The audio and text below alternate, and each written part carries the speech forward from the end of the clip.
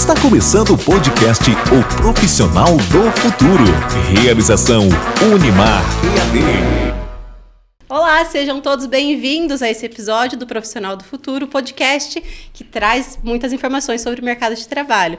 Hoje o nosso assunto principal é finanças pessoais. Eu estou aqui com vários especialistas excelentes no assunto para conversar com vocês. Primeiramente, eu quero apresentar o Bruno Aoki. Ele é formado em Administração de Empresas, Finanças e Marketing pela FGV. Além disso, ele é sócio fundador da Ativice Consultoria e consultor financeiro CVM. Seja bem-vindo, Bruno. Obrigado, Ana. Eu também quero apresentar o Luiz Guilherme. O Luiz Guilherme é conhecido da turma de contabilidade aqui da Unimar. Ele é graduado em Ciências Contábeis, com 2 pós-graduações e um mestrado em andamento. Ele é empresário contábil na área de tecnologia e professor das disciplinas de Administração Financeira, Contabilidade Agrícola e Pecuária, Contabilidade Internacional e Perícia. Seja bem-vindo, LG. Obrigado, Lívia. E, por último, mas não menos importante, o José Neto. Ele é pós-graduado em Administração de Empresas, pós-graduado em Educação do Ensino Superior, professor nas áreas de Administração, Economia e Finanças. E aqui na Unimar, ele é docente das disciplinas de Economia, Economia de Empresas e autor do livro O que você precisa saber sobre finanças pessoais. Pai da Luísa e senhor meu esposo. Olá, Ana, tudo bom? Prazer estar aqui com você, no meio de tantas pessoas maravilhosas aqui, e eu acho que o bate-papo vai ser de muita qualidade. Seja bem-vindo. Muito obrigado, muito obrigado. Bem, para começar a nossa conversa, pessoal, eu queria trazer um assunto que está muito em alta. Como a área de finanças pessoais vai interferir nas carreiras dos profissionais hoje em dia? Bom, as finanças pessoais interferem porque você precisa planejar a sua carreira, assim como você planeja qualquer projeto, seja numa empresa, seja na sua vida pessoal. E todo projeto ele vai ter um custo, vai ter um custo financeiro, vai ter uma saída de dinheiro. Então, se você está planejando a sua carreira e você deseja cursar uma graduação, uma pós-graduação, provavelmente ela vai ter um custo envolvido ali. E as suas finanças pessoais precisam estar alinhadas com essa saída de caixa que você vai ter nesse momento, onde você está melhorando o seu currículo, se especializando, para que a sua carreira você colha frutos, né? Que você está investindo não só o dinheiro, mas também o seu tempo em conhecimento e que no futuro vai te proporcionar uma renda melhor, uma qualidade de vida melhor. O que finanças tem a ver com sucesso profissional, Bruno? Na verdade, eu acho que as finanças pessoais, ela está relacionada com todas as áreas da vida, né? Assim que a gente trabalha finanças pessoais lá na empresa. Então, finanças pessoais bem desenvolvida, a gente vai ter sucesso. É bem mais fácil ter sucesso, desenvolver todas as outras áreas da vida. E quando a gente fala de trabalho, de carreira profissional, ela está completamente relacionada, como o LG disse. Mas a gente vê que os primeiros passos são sempre muito difíceis, né? E a partir desse momento a gente começa a ganhar um pouquinho, a ter um saláriozinho e aí o negócio começa a desenvolver. E de repente a gente começa a ver que está tendo uma entrada um pouco maior e aí sim a gente consegue dar passos muito mais longos, né? E chegar muito mais longe. Então, na verdade, a relação acho que é 100%, né? Ela é a base de tudo. É lógico que essa base por si só não significa nada se a gente não direcionar ela para o lugar certo. E acho que vem ao tema principal da nossa conversa de hoje. É verdade. E tem muito a ver com liberdade também. Porque uma pessoa que está ali com um orçamento super apertado, desorganizado, ela quer fazer uma transição de carreira, ela quer buscar novas posições profissionais, mas se ela não tem uma reserva, fica mais difícil, né? Sabe que eu estenderia o tema até para os pais. E uma pessoa com 16, 17 anos escolhe o que quer fazer da vida, né? Aí a gente fala até de orientação vocacional, talvez um pouco adiantado no que deveria ser para maturidade, para saber o que é da vida. E os pais, às vezes, se planejam para que esse filho vá fazer uma faculdade ou para que esse filho, quando termina a faculdade, vá empreender. E esse planejamento, eu acho que aí a gente vai até para um ponto crucial do planejamento financeiro, o fator tempo, né? Esse planejamento ele pode ser construído em 1 ano, ele pode ser construído em 5 anos, em 10 ou em 17. Então, é uma escolha, eu acredito no planejamento como uma escolha, que ela tem decisões tomadas mais assertivas ou menos assertivas, mais dolorosas ou menos dolorosas, quando eu tenho o fator tempo para me ajudar ali a planejar. Então, quanto mais tempo eu tenho, é mais tranquilo, a trajetória com certeza vai ser de muito mais conforto e segurança. É muito bom ouvir vocês três falando sobre o assunto, mas assim, na sociedade existe um tabu relacionado a finanças, né? A galera acha que é chato tratar de dinheiro. E como que vocês lidam com isso no dia a dia profissional? Eu falaria direto da dor. A dor de não ter. A dor de não ter é chato eu ter que todos os meses separar uma parte do que eu ganho para colocar ali, poupar, vou poupar para quê? E às vezes você não tem objetivos muito bem definidos ali no início. Mas se você olha e coloca ali uma cronologia 1, 5, 10 anos e começa a pensar nessa trajetória, tudo que pode mudar, tudo que pode afetar no seu planejamento, aí você começa a se programar. E se você se programa, conforme eu falei antes, com o tempo de 10 anos, é muito mais fácil. E se você se programa, você não tem a dor de pisar num buraco e não poder trabalhar, não poder exercer ali sua função, às vezes ficar sem remuneração. E eu falei, o pisar num buraco, não contando acidentes cotidianos, outros que podem ter. Eu acho que até converge para a questão de proteção. Se a gente falar, é chato o planejamento financeiro, é chato separar um pouco todo mês, Bruno? Na verdade, eu acho que depende... Sempre é chato, né? Quando a gente tem um objetivo comum. A gente sempre quer o prêmio, mas a gente não quer passar a dor para alcançar o nosso objetivo. Então, isso na nossa saúde, na nossa vida, né, amorosa, na nossa relação entre as pessoas e na nossa carreira, com certeza. Acho que ele está no meio. Então, logicamente, vai ser mais chato de acordo com o tamanho do objetivo que você quer, né? Se você quiser objetivos maiores, a gente vai ter que galgar aí dificuldades maiores, vai ter esforço maior, mas aí cada um escolhe o tamanho do objetivo que quer. E até pensando nisso, num objetivo maior, a gente pode pegar um objetivo e transformar ele em pequenas metas. E aí, quando você tem metas menores, metas de curto, médio prazo, aquele seu objetivo de longo prazo, você consegue ter ali o prazer de ter atingido uma meta e isso te ajuda a manter ali motivado, te ajuda a manter engajado, né, com disciplina, porque não é só motivação, a gente precisa da ação, né? Então, a gente consegue se manter na disciplina quando a gente consegue ter menores metas para a gente atingir aquele objetivo maior. Então, dependendo do tamanho da sua meta, né, é dividir em metas menores que estão alinhadas com a meta maior, mas isso vai, com certeza, te ajudar a manter ali motivado e engajado para atingir seu objetivo. E isso interfere na qualidade de vida, né? Sim. Porque, independente da renda, eu acredito, vocês me corrijam se eu estiver incorreta, mas, independente da renda, me parece muito que se uma pessoa tem organização para com o primeiro salário ali de estagiário conseguir ter um planejamento, a chance de quando ela ganhar muito dinheiro, ela manter essa organização é maior, porque acaba se tornando um hábito, correto? É muito interessante isso, porque às vezes a pessoa sempre... Não é que ela protela, ela acredita assim, se eu ganhar mais, eu vou me adequar. Não, se eu ganhar um pouquinho mais, aí eu vou conseguir. E eu te falo que a pessoa que ela é programada com X, ali quando ela começa a trabalhar, que é um valor mais baixo, ela consegue ser programada com 10X, com 20X. A pessoa que com 20X ali não está bastando, ela precisa sempre de mais, ela retroalimenta hábitos errados, ela vai alimentando ali coisas que nem ganhando 100X, ela vai conseguir fechar essa conta.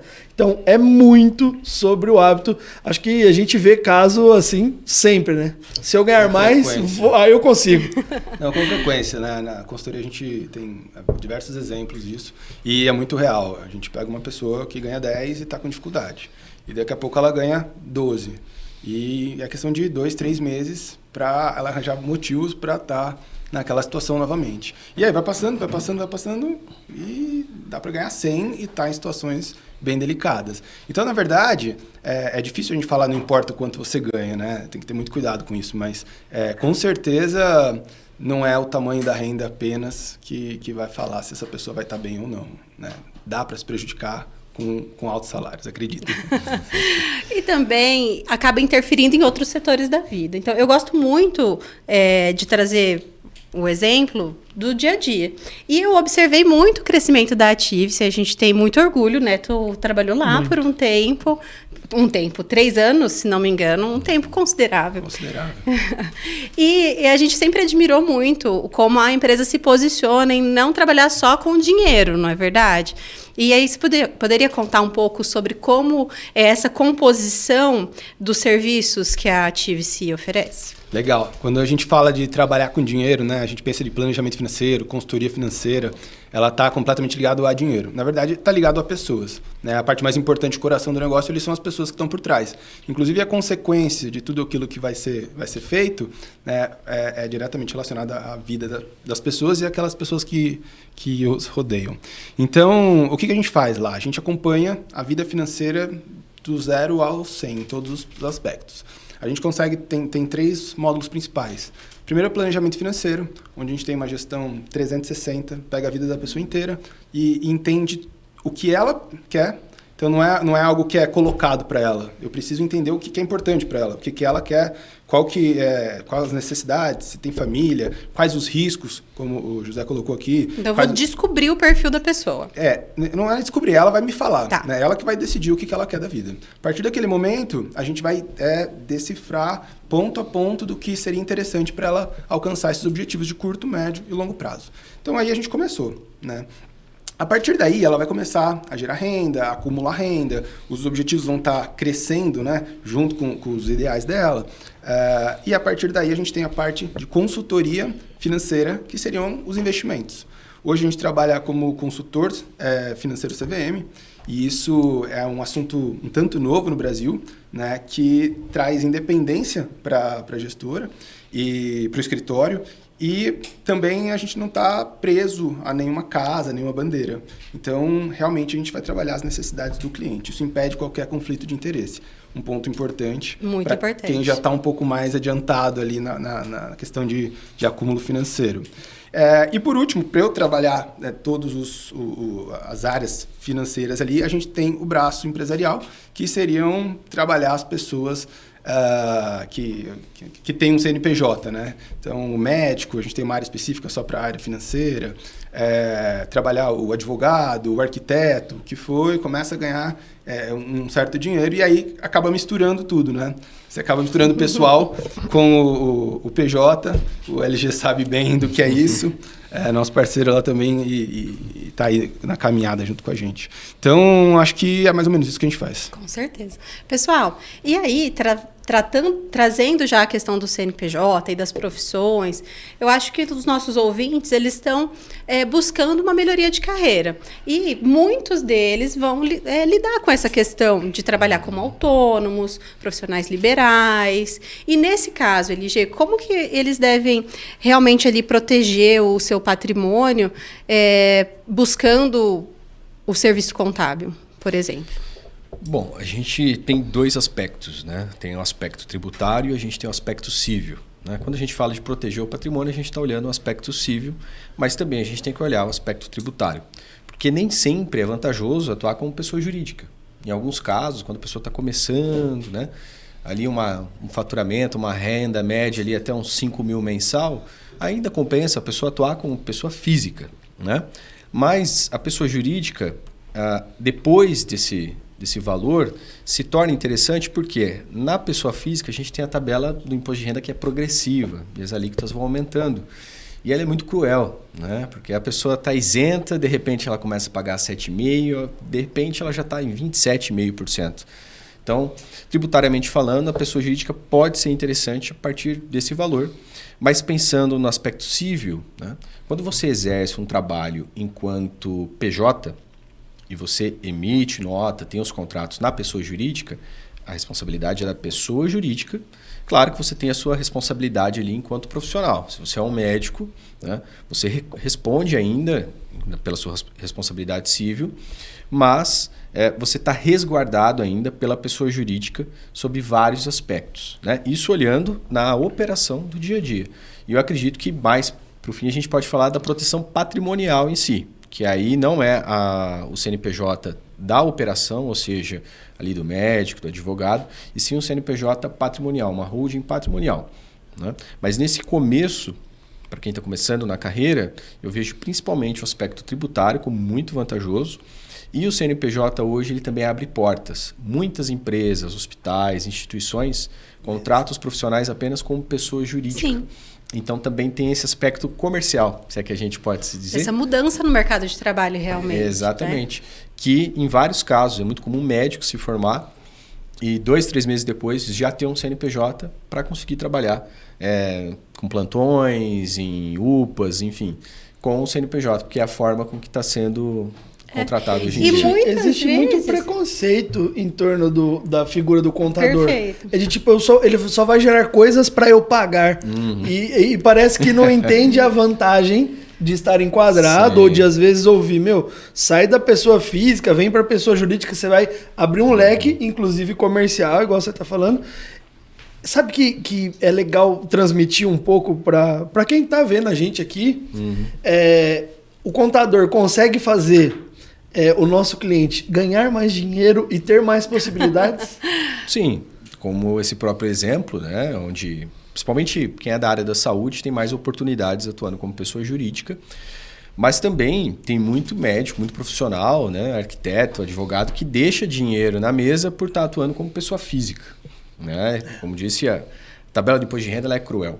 Né? Sim. E quando a gente vai para a pessoa jurídica, a gente paga o imposto ali na pessoa jurídica, que até 15 mil mensal, geralmente é 6% de imposto. Acima disso, a gente avalia se compensa continuar no Simples Nacional ou não, mas via de regra é menor do que na pessoa física.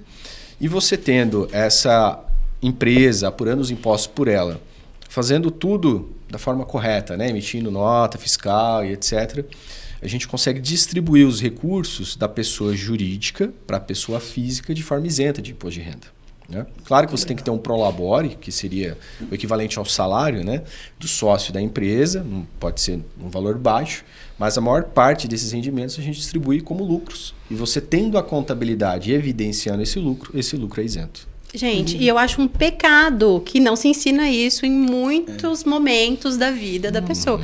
Isso tinha que estar na escola, assim. É exatamente o que eu ia colocar aqui, né? Primeiro que a gente vê essa dificuldade contábil no dia a dia. Então, os empresários, sem saberem realmente o que fazer, e não é porque ele já tem um contador que aquilo está certo, né? Então, realmente é um assunto bem delicado e que impacta diretamente os resultados do profissional. E aí me vem exatamente esse tema. Por que a gente não tem essa informação na escola? Por que não chega isso pra gente, né? E eu trabalho muito isso no planejamento financeiro. Por que não tem planejamento financeiro na escola? Por que ninguém ensinou a gente desde criança como ter os hábitos corretos, né? Talvez a gente estivesse numa situação país diferente. E né? até eu gosto desse exemplo, porque quando nós lançamos o curso extra de finanças pessoais, ele é um curso básico, mas a gente recebe elogios até hoje, né, das pessoas que assistem e falam, não, como que eu realmente começo a criar hábitos de poupar, de me organizar, de me planejar. E já faz um tempinho que a gente gravou esse curso, não faz? Faz 1 ano e meio. E eu recebo alunos até hoje que falam assim, professor, venci minha reserva de emergência, tá aqui. É bonito. E agora, qual que é o meu próximo passo? Acho que a Ana é minha testemunha, eu fico empolgado, fico muito feliz, porque, poxa, você entendeu a necessidade, venceu sua reserva de emergência, que eu coloco como um passo inicial, como a gente sabe disso, e aí fala, e agora? Venci minha reserva de emergência, quero ser investidor. E isso é muito legal, porque está chegando numa fase e a gente sabe que o primeiro degrau, particularmente, então eu vou deixar aqui para o nosso espectador. O primeiro passo, ele é o mais difícil. Você que às vezes almeja, eu quero ter R$1 milhão. Os primeiros 100 mil são muito árduos, porque eles vão demandar muita atitude certa, muito hábito correto, e depois melhora, fica menos difícil. Nunca é fácil, mas é menos difícil. Não é isso? Com certeza. E também pensando, já que estamos falando também sobre contabilidade, o aspecto de regularização da renda. Porque a gente entende que a carga tributária é alta, né? Principalmente para quem atua como pessoa física, e é muito comum a pessoa dar o jeitinho, né? O jeitinho de sonegar, que não é o correto. E aí o que acontece muitas vezes? A pessoa começa, Neto, a ter esse hábito de fazer a reserva de emergência, de poupar, e quando ela começa a investir, o que acontece? O patrimônio dela começa a crescer num ritmo não compatível com a renda que ela tem. E aí aparece a pessoa com esse problema lá no escritório. Ela tem um patrimônio que vem crescendo não compatível com a renda. E vira uma bola de neve problemática também, Exato. né? Então é E importante aí, fazer as coisas corretamente, né? gente, até eticamente falando. Sim. E aí a gente faz um planejamento tributário para que a pessoa regularize a sua renda e, consequentemente, o crescimento do seu patrimônio. Né? Então, tudo tem que estar alinhado. Né? E hoje não tem mais como a gente esconder as coisas do governo. Então, a orientação, vamos fazer da forma certa, recolhendo o mínimo possível, e você consegue aí, de fato, regularizar a sua renda para que o seu patrimônio fique compatível com ela. E tem muitas crenças que a gente carrega também, de que é ruim pagar imposto, de que é ruim. Mas quanto mais imposto você paga, é porque você está ganhando mais dinheiro. Então, eu quero pagar muito imposto.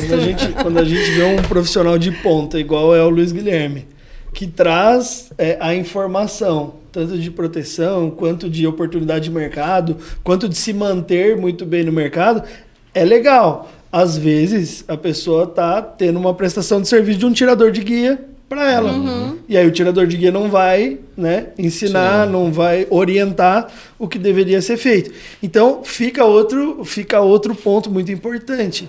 A pessoa que já compôs ali a reserva de emergência, a renda dela vem tomando uma progressão por trabalho, prestação de serviço ou uma promoção e assim por diante, é interessante ela sentar, ela ter um profissional da contabilidade perto que ela possa justificar aquilo, porque o exponencial negativo ele é muito rápido e muito doído, mas o exponencial positivo também acontece. Ele é mais ameno, a ascendente é um pouco mais menos acentuada, mas ela chega. Sim. E aí ter profissionais como profissionais do planejamento financeiro, profissionais da parte contábil é fundamental. Uma coisa que eu percebo que faz muita diferença no planejamento em geral, mas especificamente aqui na nossa conversa no planejamento financeiro, é o tempo, como você disse agora. Então, o tempo ele vai me permitir juros sobre juros, estou correta? Em todas as áreas, né? Tanto quando a gente fala na bola de neve, a dívida. A dívida, né? Se a pessoa não estiver bem organizada, amanhã vai ser muito pior do que hoje. Se a gente estiver falando em crescimento patrimonial, é exatamente isso, né? Os primeiros 100 mil é muito mais difícil, os primeiros 10 mil, muito mais ainda. Né? E a partir daí começa a ficar mais fácil. E eu esqueci. Não, eu lembrei. Pô, volta. Então, ou seja, e a outra parte é a carreira. A carreira eu acho que é exatamente assim também, né? A gente começa dando passos curtos, aí de repente, vou abrir um escritório. Eu vou abrir uma filial, eu vou abrir 2. A 10ª é muito mais fácil do que a primeira. Com certeza. Então, quando a gente começa a pensar grande, né, e aquela primeira pergunta que você fez pra gente, né, no começo, o começo é realmente muito mais difícil. Mas ele é necessário para a gente chegar no nosso objetivo maior. E fica o link na carreira. O Bruno falou carreira, a gente está no podcast que fala do profissional do futuro, não tem como não dizer. Às vezes a pessoa quer o salário e não quer a atribuição. E às vezes ela acha que ela merece o cargo de confiança sem antes ter tomado posse e fazer daquele cargo de confiança um cargo que é dela. Então, atribuições e funções convergem com a parte financeira na questão, eu quero ganhar mais, quero escalar profissionalmente, eu quero ficar muito abonado financeiramente aqui, mas se eu abrir o meu escritório com o jeito que eu presto serviço, fecho meu computadorzinho 20 para 6 da tarde, talvez não vai ser o melhor escritório, a melhor prestação de serviço. A gente fala muito aqui do básico bem feito. Então, muitas vezes a gente quer uma coisa... Eu vejo isso na área de finanças pessoais, que são aquelas pessoas que estão estudando criptomoedas e, enfim, umas coisas muito avançadas quando a gente fala de planejamento financeiro, quando, na verdade, talvez ela devesse olhar para quanto ela ganha de verdade, quais são seus custos fixos, variáveis. É esse o caminho? Assim, então, vamos colocar o pé no chão agora. Por onde eu começo? Falando de planejamento de estruturação financeira, né? Realmente chama muito mais atenção eu investir em uma ação e ter 30% de lucro. E aí o que eu faço? Eu olho exatamente o dinheiro que eu tenho lá, tenho R$1.000. 30% é R$300. Quer mais? Quero. Então, é isso que eu quero. Agora, o que a gente não percebe, né, durante esse período, falando de investimento de uma forma geral, é o risco envolvido na operação. Né? E quando a gente fala de criptomoeda, como exemplo que você disse, ele é muito maior, inclusive, do que ações. Então, o que a gente está querendo tudo? Eu estou querendo resultado rápido, né, e fácil. E não é bem assim em qualquer área da vida, né? Nem na carreira, nem nos investimentos, nem em qualquer outra área. Então, realmente, se eu quiser algo sólido, a gente precisa começar pelo seguro. A gente divide a carteira em 3 partes lá, né? Para ficar fácil, que a pessoa precisa entender. Conservador é a primeira parte, onde vai estar a reserva de emergência. Então, qual é a métrica que eu preciso, né? Como você disse ali, qual é o valor que eu preciso de reserva de emergência? A partir desse momento, a gente já tem a minha reserva. Então, eu consigo investir em algo que não tenha liquidez no mesmo dia ali. E aí, a gente começa a ter investimentos com uma rentabilidade um pouco maior, que vão ficar presos por um período. Mas tá tudo bem, se eu tiver necessidade, eu tenho a reserva ali, e aí é o tempo que eu pego esse dinheiro de volta. A partir desse moderado ali, que vai ficar travado por um tempo, aí eu posso começar a correr algum risco, né? Investir em ações, em cripto, fundo imobiliário, que são coisas que podem, né, ter grande volatilidade ali. E aí sim a gente tem uma estrutura sólida, que eu vou ter no longo prazo os juros daquela operação, né? Mas eu não vou perder no curto prazo por qualquer conveniente que tenha. O investimento elástico, que você fala, nossa, ganhou bastante de uma vez só, ele pode oscilar tanto para cima quanto para baixo de uma vez só. Então, se você pega ali o dinheiro que você tem e investe naquilo esperando o ganho, você também tem que estar exposto a ter ali uma diminuição. Então, assim, aí o tempo torna seu amigo ou seu inimigo, a quantidade que você coloca, essa construção que o Bruno fala, comece ali tendo sua reserva de emergência, se previna por X meses, dependendo de como é a sua remuneração. E isso a gente tratou bem na questão do livro de educação financeira. Então, assim, começa, primeiro degrau, é fácil? Não, envolve hábitos. A gente vai falar de hábitos pra caramba aqui, né? Porque é o passo, é fundamental. E aí depois constrói isso. É o que o Bruno dá. Mas essa espera que é chata. Essa espera. E é aí que a gente divide as pessoas que vão alcançar os objetivos das que não vão. Em qualquer área da vida. E aí a gente vê pessoas chegando em uma fase da vida que você se torna realmente dependente de uma remuneração, com uma chance de ter uma previdência no Brasil que sustente isso nula, né? Então, a gente tem que ter essa preocupação no longo prazo novamente, né? E é muito independente comum, da renda, né? É muito comum a gente perceber no dia a dia, atendendo os clientes, como que depois dos 60 anos tem uma virada de chave na mente da pessoa, né? Que ela entende realmente o que é abastança, ou seja, o que ela precisa para manter o padrão de vida dela, para ela sobreviver. E o quanto essas pessoas às vezes até diminuem, vivem muito aquém do que poderia viver com a renda que possui, com uma preocupação maior com essa reserva de emergência. Só que, quando a gente está numa certa idade, a gente não tem mais energia para usufruir o que o dinheiro pode oferecer. Então, quanto antes a gente desenvolver essa consciência de abastança, de renda, de ter ali no futuro, não trabalhar para ter dinheiro, mas ter um dinheiro trabalhando para proporcionar alguns prazeres, né, algumas boas vontades na vida, a gente fazendo isso mais cedo, a gente pode aproveitar disso melhor, né? Se a gente consegue ali começar a investir a partir dos 25, até antes, né? A chance da gente estar com 50 anos e ter uma reserva, ter uma abastança interessante, conseguir aproveitar muito melhor do que com 70 anos o que o dinheiro pode oferecer, é muito mais interessante, né? Do que, por exemplo, você estar ali com seus 80 anos já e, dependente. infelizmente, já não com tanta energia, já dependente. E aí você já vai pensar em sucessão, né? Não mais em aproveitar. Sim. O que o dinheiro pode oferecer. Eu acho que volta nos pilares de hábito e tempo. E aí, acho que o Bruno atende muitos casos e pode nos falar até bem. Quando a pessoa chega na idade lá, já mais avançada, 60 e poucos anos, ela tem um aumento de despesas e não uma diminuição de despesas. E aí é o momento em que, se ela não se planejou, se o tempo não foi amigo dela, ali ela pode ter um entreveiro. O padrão de vida dela vai desabar. É sempre melhor a gente buscar pensar na aposentadoria antes. Exatamente. Na aposentadoria e no que vem junto com a idade mais avançada. Eu acho que é muito comum a gente querer jogar para o futuro, né? Depois eu vejo, depois eu olho, depois eu invisto, amanhã vai ser melhor. A gente tem uma crença grande nisso, né? Que amanhã vai ser sempre melhor, vai dar tudo certo e é isso. Mas quando a gente para, realmente, e esse é o trabalho do planejamento, né? Olhar qual vai ser a necessidade de amanhã. Geralmente a gente olha, a pessoa vai ter um carro. Você vai trocar esse carro? Não quero trocar o carro. Tá, você não quer trocar o carro hoje? Daqui 2, 3 anos você também não vai querer trocar o carro, né? Não, eu vou. Pô, mas então quando você quiser, você vai o quê? Vai levar na concessionária, vai deixar ele lá e pegar um novo? Não é assim que funciona. Imagina a gente falar de uma previdência, de uma aposentadoria, né? Na qual a previdência é um dos produtos que podem ser utilizados para isso. Mas todo o significado que leva a gente tá, né, inválido para trabalhar, ou seja, não estou mais disponível com a mesma energia. E aí o que acontece? Plano de saúde é um absurdo. Se eu tiver necessidade de um seguro de vida, é muito mais caro. A farmácia passa a ser um dos itens mais relevantes da sua listinha de compras, né? Quando precisa ainda de uma ajuda, talvez uma pessoa em casa. Ou seja, não é fácil. Não é fácil, é custoso.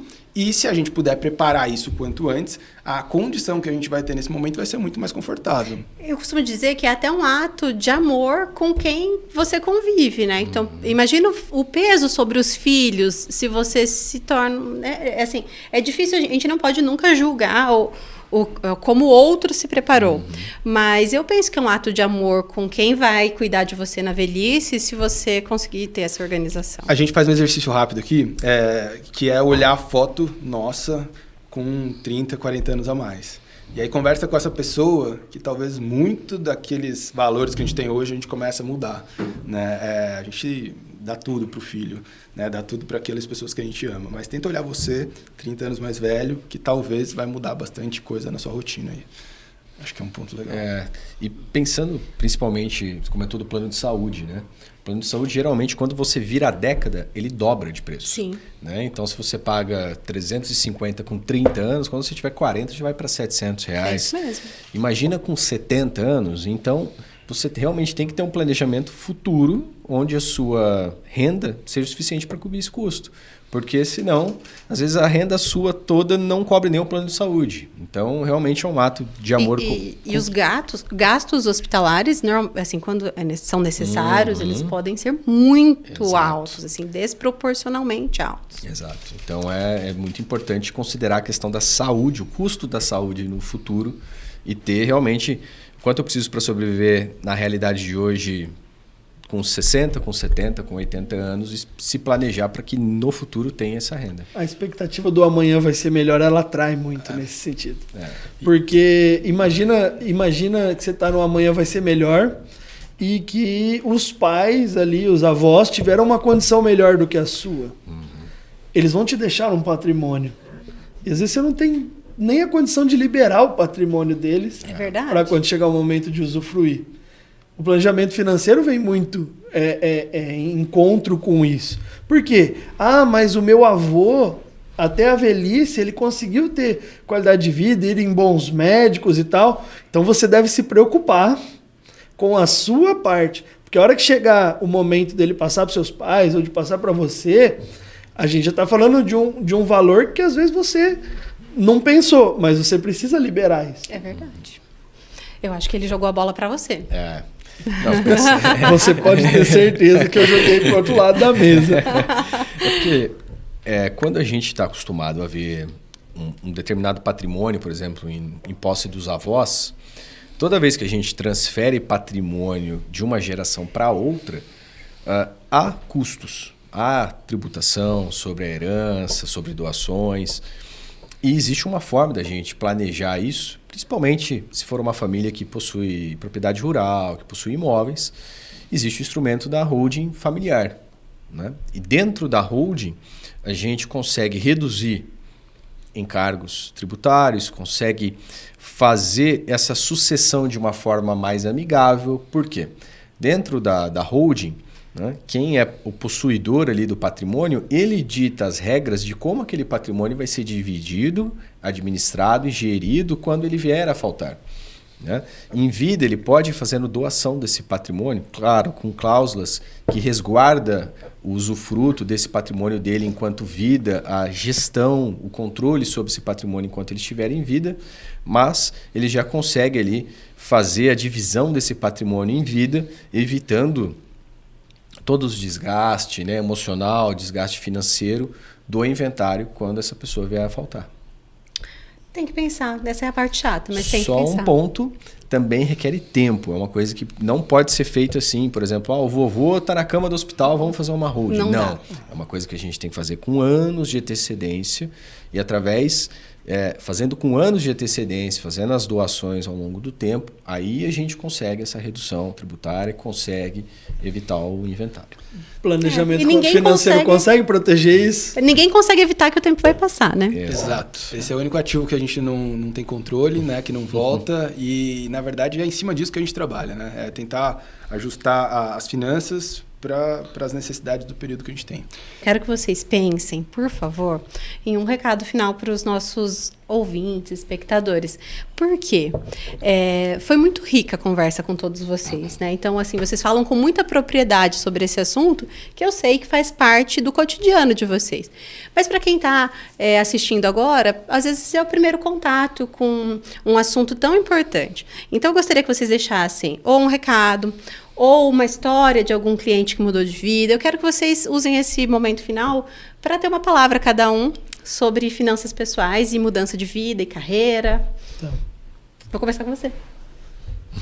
Quanto tempo eu posso gastar nesse recado aqui? Quanto tempo a gente tem? Vai, Exatamente, tem eu estou preocupado. uns minutinhos cada um, pode falar, não tem problema.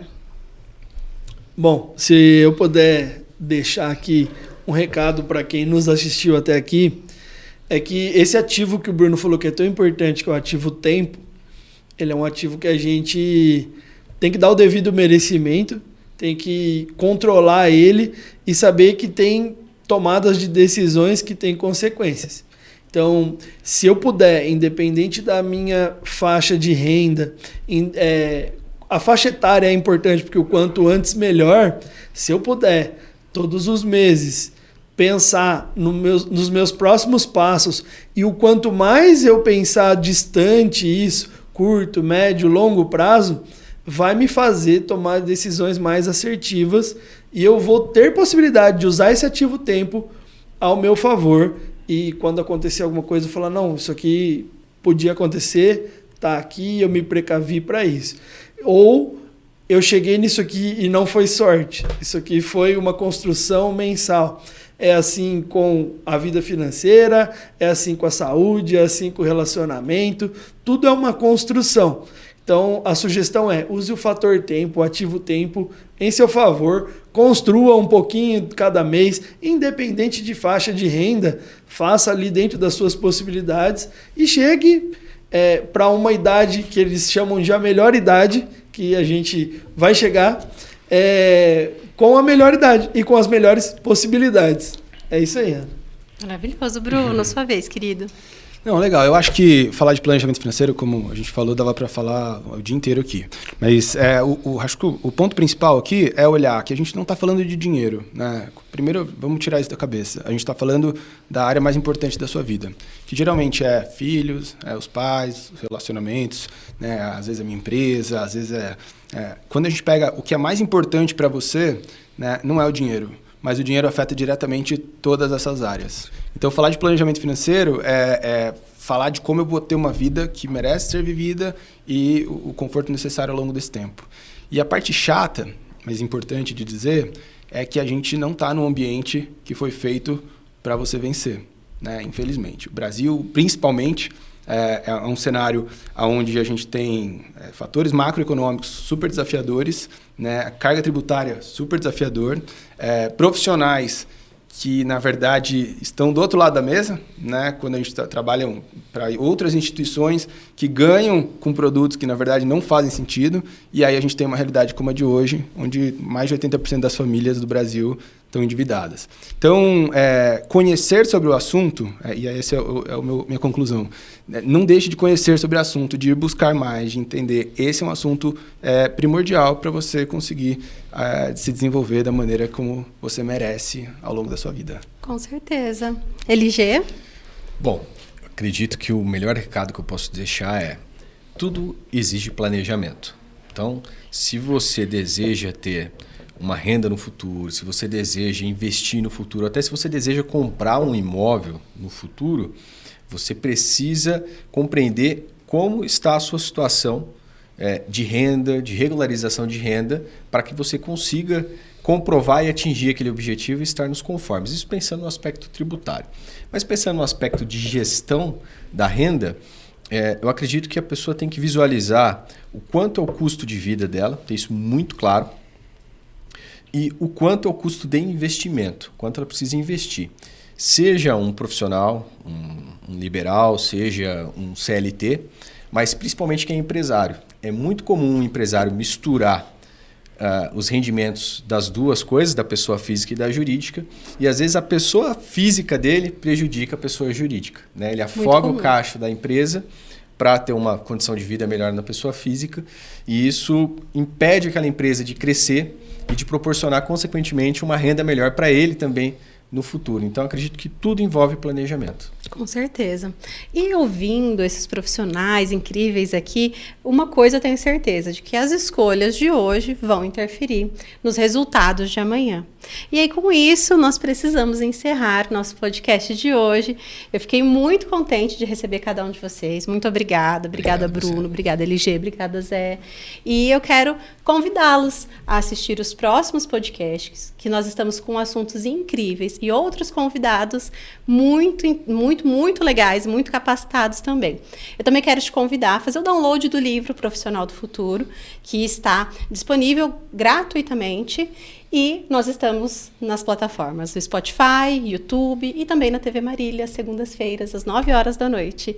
Pessoal, muito obrigada e até a próxima. O Profissional do Futuro. Realização Unimar EAD.